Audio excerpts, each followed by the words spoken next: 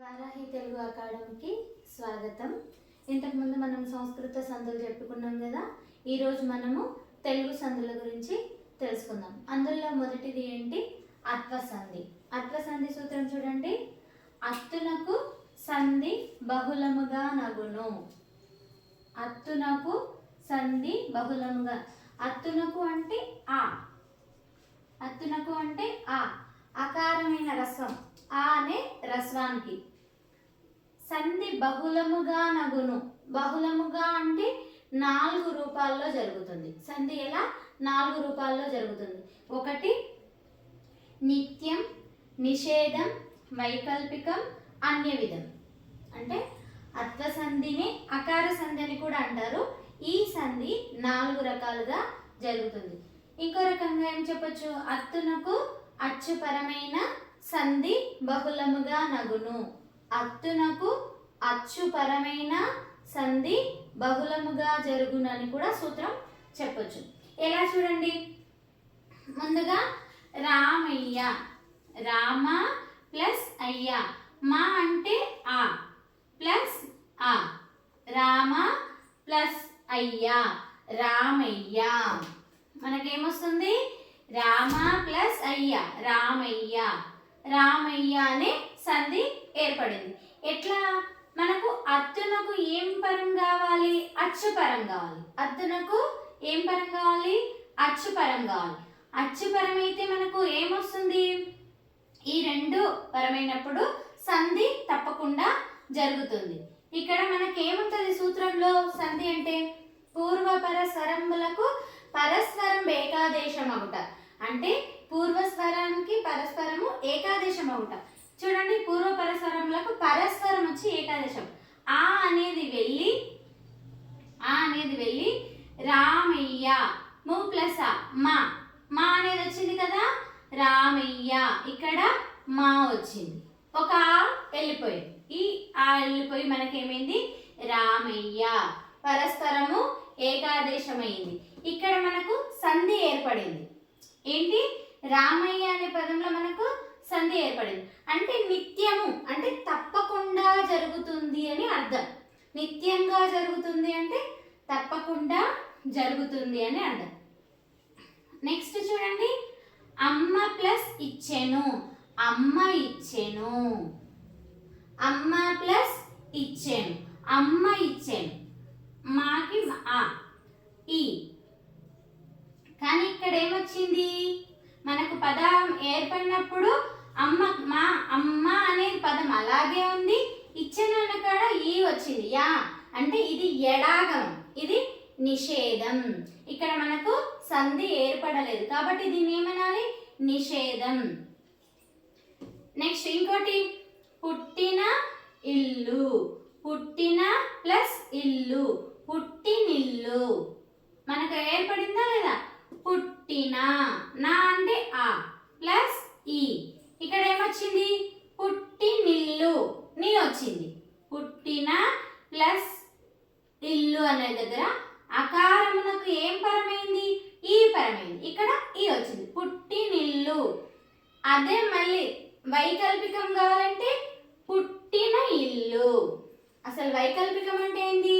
సంధి జరగవచ్చు, సంధి జరిగిన రూపము, సంధి జరగని రూపము. మనకేముంది? పూర్వపర స్వరములకు పరస్పరం ఏకాదేశం అగుట అంటాం కదా. అంటే మన పూర్వపర స్వరములకు వేరే అక్షరం వచ్చి చేరుట. అలా ఇక్కడ మనకు పుట్టిన ఇల్లు, పుట్టిన ప్లస్ ఇల్లు, పుట్టినిల్లు. అంటే మనకి ఏమొచ్చింది? పుట్టినిల్లు. ఇక్కడ మళ్ళీ ఏమొచ్చింది? పుట్టిన ఇల్లు. అంటే ఇక్కడ మార్పు చెందలేదు కాబట్టి సంధి జరిగిన పదం ఉంటుంది, సంధి జరగనివి ఉంటాయి. సంధి జరిగితే నిత్యం. నీ వైకల్పికం అంటే సంధి జరగవచ్చు, జరగకపోవచ్చు. మనం ఒక్కొక్కసారి ఆ అతడు వచ్చెను, ఎతడు వచ్చెను అంటారు. అంటే కొన్ని సందర్భాల్లో మనం కొన్ని వాటికి యా పలకడం జరుగుతుంది. అంటే అక్కడ వైకల్పికము అంటే సంధి జరిగినా ఉంటాయి, జరగక పోవచ్చు అని కూడా చెప్పవచ్చు. నెక్స్ట్ చూడండి, ఒక ప్లస్ ఒక, ఒక ప్లస్ ఒక, ఒకానొక, మనము ఒక ప్లస్ ఒక అంటే ఒక్కొక్క రావాలి. కానీ ఇక్కడ మనకి పదం చేరిస్తే ఏమొచ్చింది? ఒకానొక అంటే నా అక్షరం, నో అక్షరం ఎక్స్ట్రా వచ్చింది. అంటే ఇక్కడ సంధి జరిగినప్పుడు అన్య విధంగా అంటే వేరే విధంగా జరిగింది. మనకు ఒక ప్లస్ ఒక, ఆకి ప్లస్ ఓ, ఓ అన్నప్పుడు మనకేం రావాలి? ఒక్కొక్క రావాలి. కానీ ఇక్కడ మనకేమొచ్చింది? ఒకానొక వచ్చింది. అంటే ఇది అన్య విధంగా మనకు సంధి ఏర్పడింది అని చెప్పవచ్చు. అలాగే ఇంకోటి కూడా ఎగ్జాంపుల్గా చెప్పవచ్చు అన్య విధానికి. తమల ప్లస్ ఆకు. మనం తమలాక్ అంటే తమలాక్ అంటామా, తమలపాకు అంటామా? తమలపాకు అంటే ఇది వేరే విధంగా జరిగింది. ఇది కూడా అంటే అన్య విధానికి 2 ఉదాహరణలు చెప్పుకోవచ్చు. అంటే మనం చూడండి, అత్తునకు అంటే అకారానికి సంధి, అకారానికి ఏమంటారు? అత్తునకు అచ్చుపరమైన సంధి బహుళముగా జరుగును. ఇక్కడ అత్తునకు సంధి బహుళముగా నగును అని చెప్పొచ్చు, లేదా అత్తునకు అచ్చుపరమైన సంధి బహుళముగా జరుగును. ఎందుకు అంటే అత్తునకు అంటే పూర్వ పదములో మనకేం రావాలి? ఆనే రావాలి. నువ్వు ఎలాగైనా జరిగినా సరే కానీ మనకు పూర్వపదంలో ఏం రావాలి? అత్తం, ఆనే రస్వాక్షరం మాత్రమే రావాలి. పూర్వపదంలోని చివరి స్వరం ఏం రావాలి? ఆనే రావాలి. రస్వమైన అకారమే రావాలి. ఇలా తమల అంటే కూడా ఆనే వస్తుంది. మనకు ఒకవేళ మనము సంధి ప్రకారం చూసుకున్నా మనకు ఇక్కడ పరపదంలో కూడా మనకు అచ్చు పరమైతుంది. అంటే ఈ అన్న అచ్చే, ఈ అన్న అచ్చే, ఓ అన్న అచ్చే, ఆ అన్న కూడా ఇక్కడ అన్ని విధమైంది. ఇక్కడ దీర్ఘాక్షరము వచ్చింది. అంటే మనకు అచ్చులే పరమవుతున్నాయి. అత్తునకు అచ్చు పరమే కావాలి కాబట్టి మనకు పూర్వపదంలోని చివరి స్వరం అకారం వచ్చినప్పుడు దానికి పరపదంలోని స్వరం ఏది కావాలి? అచ్చులే కావాలి. ఇక్కడ వచ్చినాయి. కాకపోతే అకార సంధిలో 4 విధాలుగా సంధి జరుగుతుంది. ఒకటి తప్పకుండా సంధి జరుగుతుంది. కొన్ని సంధి జరగకపోవచ్చు, అంటే ఎడాగమం వస్తుంది. సంధి జరగకపోవడం అంటే యా అనే అక్షరం చేరుతుంది కాబట్టి ఎడాగమం వస్తుంది. అది ఎడాగమ సంధి చెప్తాను. తర్వాత చూడండి, వైకల్పికం అంటే సంధి జరిగిన పదం జరగని పదం. అంటే ఒక పదంలో జరగవచ్చును, జరగకపోవచ్చును. సంధి జరగవచ్చును, జరగకపోవచ్చును. దాన్ని వైకల్పికం అంటారు. అన్య విధము అంటే మన పూర్వస్వరంలోని ఏమంటారు? అకారమే వస్తుంది, కానీ ఒక్కోసారి మనకు అన్య విధంగా అవుతుంది. మనం విడదీసిన పదాన్ని కలిపినప్పుడు మనకు ఒకే రకంగా రాకుండా అన్య విధంగా రావడము జరుగుతుంది. ఇలా అత్వసంధిలో మనకు 4 రకాలుగా జరుగుతుంది అని చెప్పుకోవచ్చు. తెలుగు సంధుల్లో రెండవది ఇత్వ సంధి. సూత్రం చూడండి, ఏ వ్యాధులు ఇత్తునకు సంధి వైకల్పికంగా నగును. ఏ వ్యాధులు అంటే ఏంటో ముందు మనకు తెలియాలి. ఏ వ్యాధులు అంటే ఏంటి? ఏమి, మరి, కి, అది, అవి, ఇది, ఇవి, ఏది, ఏవి మొదలైన పదాలను ఏమనాలి? ఏ వ్యాధులు అని అనాలి. అంటే మనకి ఇక్కడ చూడండి, ఇత్తునకు అంటే ఈ అనే రస్వాక్షరం. ఇత్తునకు అంటే ఏంటి? ఈ అనే రస్వాక్షరం. ఆ రస్వాక్షరం ఎక్కడ రావాలి? ఈ అనే రస్వాక్షరం ఎక్కడ రావాలి? మనం పదం తీసుకున్నప్పుడు, పదంని విడగొట్టినప్పుడు, విడదీసినప్పుడు మొదటి పూర్వ పదంలోని చివరి స్వరంగా ఏం రావాలి? ఈనే రావాలి. తర్వాత ఇవి పదం విడగొట్టి చూడండి, ఏమి ప్లస్ అంటివి, ఏమంటివి, ఏమి ప్లస్ అంటివి, ఏమంటివి. అంటే పూర్వస్వరంలోని చివరి స్వరం, పూర్వపదంలోని చివరి స్వరము ఏముంది? ఈ ఉంది. మనకి ఇక్కడ ఏం పరమైంది? అచ్చు పరమైంది. ఏ వ్యాధులు అనేవి వచ్చినాయా? ఏమి అనేది అంటే ఇత్తునకు ఏది? ఏ వ్యాధుల్లోనే ఇత్తు ఉంటుంది. ఏమి, మరి, మనిషి అంటే ఏ వ్యాధులు పూర్వపదంలో వస్తాయి. అలాగే ఏ వ్యాధుల్లో ఇత్తు అంటే ఇకారం, ఈ అనే రస్వాక్షరము ఉంటుంది. చూడండి, ఏమంటివి పూర్వస్వరం వెళ్ళిపోయి మనకేముంది? పరస్వరం మంటివి. మా అంటే మనకేమొస్తుంది ఆ వస్తుంది. అంటే ఇక్కడ పూర్వ పదంలోని చివరి స్వరము ఈ వస్తుంది. పరస్వరంలో మనకేం రావాలి ఆ కానీ అంటే అచ్చులు రావాలి. దీనికి ఇంకో సూత్రం ఏం చెప్పొచ్చు అంటే ఇత్తునకు అచ్చుపరమైన సంధి వైకల్పికంగా నగును అని కూడా చెప్పవచ్చు. ఇత్తునకు అంటే ఈ అనే రస్వాక్షరానికి అచ్చుపరమైనప్పుడు వైకల్పికంగా నగును అంటే వైకల్పికము అంటే మనకి ఇంతకు ముందే అకార సంధిలో చెప్పుకున్నాం. సంధి జరిగిన రూపము, సంధి జరగని రూపము. ఒక పదం సంధి జరిగిన రూపం ఉంటుంది, ఇంకో పదం సంధి జరగని రూపము ఉంటుంది. అంటే మనకు పూర్వస్వరము పరస్వరం ఏకాదేశం కాకుండా ఉన్న పదంలోని ఉన్న అక్షరాలు ఉన్నట్టే ఉండి యా వచ్చి చేరడం, ఎడాగమము వచ్చి చేరడం. అలా చూడండి, మరి ప్లస్ ఏమి, మరి ఏమి, మరి ప్లస్ ఏమి అంటే మరి ఏమి, మరి అంటే ఈ వచ్చింది, ఇక్కడ ఏ వచ్చింది, మరేమి ఏ అంటే పూర్వస్వరం వెళ్ళిపోయి మనకు ఏం మిగిలింది ఏ మిగిలింది. మరి ఏమి ఇది సంధి జరిగింది, మరేమి ఇక్కడ సంధి జరిగింది మరేమి. మరి సంధి జరగని రూపం ఏంటి మరి ఏమి. ఇక్కడ పైన చూసుకున్నా కూడా ఏమంటివి, ఏమి ప్లస్ అంటివి అంటే ఏమంటివి, ఇది సంధి జరిగిన రూపం. ఇది ఏమి అంటివి అంటే ఇది సంధి జరగని రూపము. అంటే మనము తీసుకున్న దాంట్లో సంధి జరిగిన రూపం ఉంది, సంధి జరగని రూపం ఉంది. అంటే ఎక్కడ మార్పు చెందకుండా యా అనే అక్షరం వచ్చి చేరింది అని చెప్పొచ్చు. మరి ప్లస్ ఏమి అంటే మరేమి. మరి సంధి జరగని రూపం అంటే మరి ఏమి, ఏమి అంటే యా, యా వచ్చి చేరింది.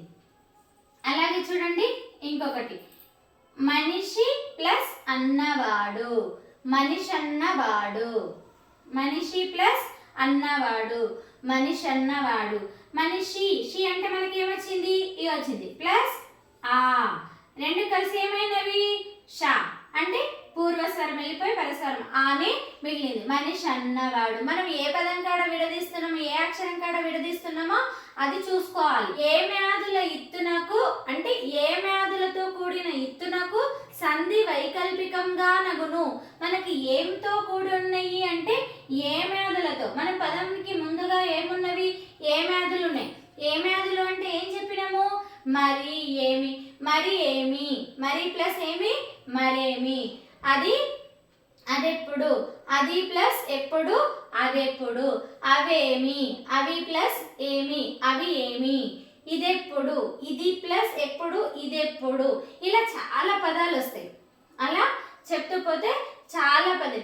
ఏమి ఏది ఇవి ఏమి, ఇవి ప్లస్ ఏమి ఇవేమి. ఇలా ఇలా ఉన్నాయి చూడండి ప్రతిది. ఇక్కడ కీ అంటే షష్ఠి. మనకు విభక్తి ప్రత్యయాలు తెలిసిన వాళ్ళకి షష్ఠి తత్పురుష తెలుస్తుంది. అలాగే ఇక్కడ చూడండి మనకి ఇంకో సూత్రం ఉంది. ఇత్వ సంధిలో మనకు ఇంకో రూపం ఇంకో సూత్రం కూడా ఉంది. ఎలా ఇక్కడ మనకి ఏ మ్యాదులు వచ్చినాయి కదా, అలాగే చూడండి క్రియాపదాలు కూడా రావడం జరుగుతుంది. అంటే ఇత్వ సంధి అంటే కేవలము ఏ మ్యాదులతోనే కాకుండా క్రియాపదాలతోటి కూడా రావడం జరుగుతుంది. క్రియ అంటే పని, క్రియ అంటే ఏంటి పని, పనితో కూడిన పదాలు కూడా మనకు రావడం జరుగుతుంది. ప్రియా పదంబులందిత్తునకు సంధి వైకల్పికంగా నగును. క్రియా పదంబులందిత్తునకు సంధి వైకల్పికంగా నగును అంటే క్రియాపదముల తోటి ఉన్న ఇత్తు దానికి కూడా సంధి వైకల్పికంగా నగును. అంటే సంధి క్రియాపదంతో కూడినటువంటి పదానికి సంధి జరిగిన రూపం ఉంటుంది, సంధి జరగని రూపం కూడా ఉంటుంది. క్రియ అంటే ఏంటి పని, అంటే మనకు ముందు పని చెప్పేది. ఏ మ్యాదులంటే ఎలాగో ముందు పదంలో ఎలా వచ్చినాయో అలాగే ఇందులో కూడా క్రియాపదములు ఇక్కడ ఇవి వచ్చినప్పుడు క్రియాపదములందిత్తునకు సంధి వైకల్పికంగా నగును అనే సూత్రం ఉపయోగించాలి. మరి ఏవి ఇవి ఏ మ్యాదులోకి వచ్చినప్పుడు ఏ మ్యాదులు ఎత్తునకు సంధి వైకల్పికంగా నగును అని చెప్పవచ్చు. చూడండి వచ్చిరి ప్లస్ అప్పుడు, వచ్చిరప్పుడు, వచ్చిరి ప్లస్ వచ్చిరి, వచ్చిరి ప్లస్ అప్పుడు, వచ్చిరప్పుడు. అంటే ఇక్కడ చూడండి, వచ్చిరి, పోయిరి, తిన్నారు, పడుకున్నారు, ఇలాంటివన్నీ కూడా ఏంటివి? క్రియాపదాలు. ఆడుకుంటున్నారు, వెళ్తున్నారు, ఇలాంటి పదాలన్నీ ఏంటివి? క్రియాపదాలు. వచ్చిరి, వచ్చిరి ప్లస్ అప్పుడు, వచ్చిరప్పుడు. అంటే మనకు క్రియాపదాలతో కూడిన ఇత్తునకు కూడా సంధి వైకల్పికంగా నగును అని చెప్పడానికి ఇదొక సూత్రం. చూడండి, ఏమాదులు ఇత్తునకు సంధి వైకల్పికంగా నగును అంటే సంధి జరిగిన రూపం ఉంటుంది, సంధి జరగని రూపం ఉంటుంది. ఏమాదులతో కూడిన ఇత్తు అంటే రస్వమైన ఇకారము, అంటే ఈ రస్వమైన ఈ అక్షరం. తెలుసు కదా, దీర్ఘాలు లేనివన్నీ కూడా రస్వాలని అన్నాం కదా. అలా రస్వాక్షరము ఏమవుతుంది? క్రియాపదంతో ఉంటుంది, అలాగే ఏమాదులతో కూడి కూడా ఉంటుంది అని చెప్పవచ్చు. తెలుగు సంధుల్లో మూడవది ఉకార సంధి. దీన్ని ఏమనాలి? ఉత్వ సంధి అని కూడా అనవచ్చు. ఇది చాలా సులభంగా ఉంటుంది. ఉత్తునకు అచ్చు పరమగునప్పుడు సంధి అగు, ఉత్తునకు అచ్చు పరమైనప్పుడు సంధి అగును. అంటే ఉత్తు అంటే ఏంటి? రస్వమైన ఉ. అలాగే దానికి ఏం పరం కావాలి? అచ్చు పరం కావాలి, అప్పుడు సంధి ఏర్పడుతుంది అని చెప్పవచ్చు. చూడండి, ఉదాహరణకు సోముడితడు, సోముడు ప్లస్ ఇతడు, విడదీస్తే ఏమొస్తుంది? సోముడు ప్లస్ ఇతడు. మనకు సూత్రం ప్రకారం ఉత్తునకు ఏం పరం కావాలి? అచ్చు పరమే. ఉత్తు ఎక్కడ ఉండాలి? పూర్వ పదంలోని చివరి స్వరంలో ఊ రావాలి. ఉత్తునకు రాముడు అంటే ఏమొస్తుంది మనకి? ఊ పలుకుతున్నాం. ప్లస్ ఇతడు అంటే ఈ, అంటే రాముడితడు. అంటే మనకు పూర్వ పదంలోని చివరి స్వరం ఏముండాలి? ఉకారమే, అంటే ఉత్తు మాత్రమే ఉండాలి. ఆ ఉత్తునకు రస్వాక్షరమైన ఊ ఉన్నప్పుడు దానికి ఏం పరం కావాలి? అచ్చు పరం కావాలి. ఇంకో ఉదాహరణ చూడండి, అతడెక్కడా, అతడు ప్లస్ ఎక్కడా. అతడు అంటే ఏమొచ్చింది? ఊనే వచ్చింది. ప్లస్ ఎక్కడా అంటే ఏ, అతడెక్కడా. మనసైనా, మనసు ప్లస్ అయినా, మనసు అంటే ఏంటి? ఊ. సు అంటే ఏంటి? ఊ. అలాగే అయినా అంటే అంటే ఊకి ఐ పరమైంది. మనం ఒకసారి మళ్ళీ పదాలు చూసుకుంటాం కదా. చూడండి, ఫస్ట్ సోముడితడు, సోముడు ప్లస్ ఇతడు, ఊ ప్లస్ ఈ. ఉత్తునకు అచ్చు పరమైతే ఏముంది? సోముడితడు, డి అంటే ఊ వెళ్ళిపోయి ఏమైంది? ఈ మిగిలింది. సోముడితడు, సోముడు ప్లస్ ఇతడు, సోముడితడు. మనకు ఉకార సంధి. అతడు ప్లస్ ఏ, అతడు ప్లస్ ఎక్కడా, అతడెక్కడా. అతడు అంటే మనకి ఏమొచ్చింది? ఊ. ప్లస్ ఏమొచ్చింది? అచ్చులో ఏ వచ్చింది. అతడెక్కడా, ఊ వెళ్ళెక్కడా? ఎక్కడా, డెక్కడా, అతడెక్కడా. డే అంటే మనం ఏం పలుకుతున్నాం? ఏ పలుకుతున్నాం కదా. అతడెక్కడా, అతడు ప్లస్ ఎక్కడా, అతడెక్కడా. ఉత్తునకు అచ్చు పరమైంది కాబట్టి సంధి జరిగింది.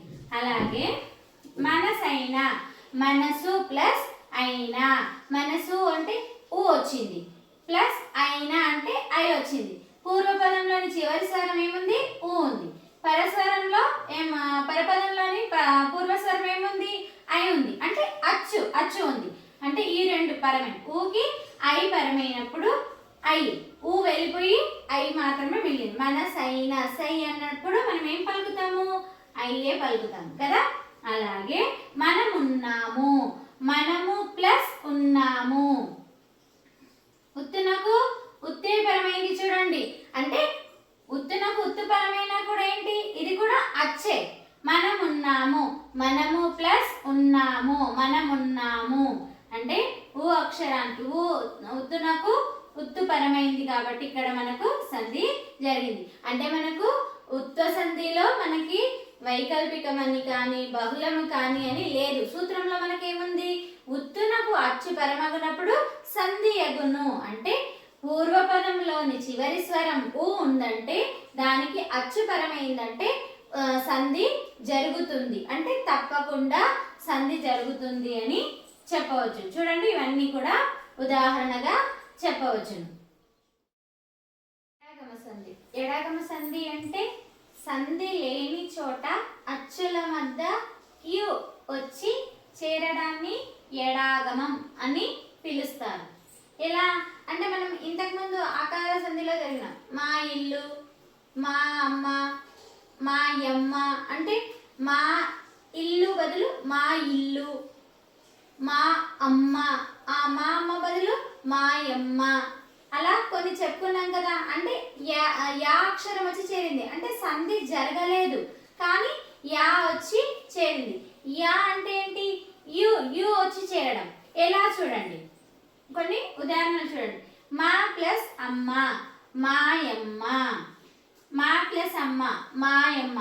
మరి ఇక్కడ యా ఎలా అయింది అంటే యు ప్లస్ ఆ ఏమైంది?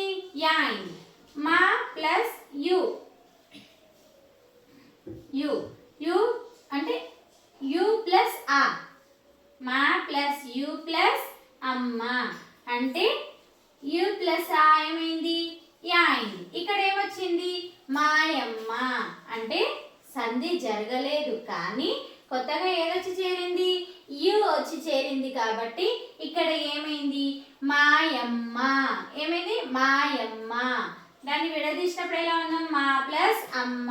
దీనికి ఏమొచ్చి చేరింది? కొత్తగా యు వచ్చి చేరడం వల్ల, ఆకి యు వచ్చి చేరడం వల్ల యా అయింది. మాయమ్మ.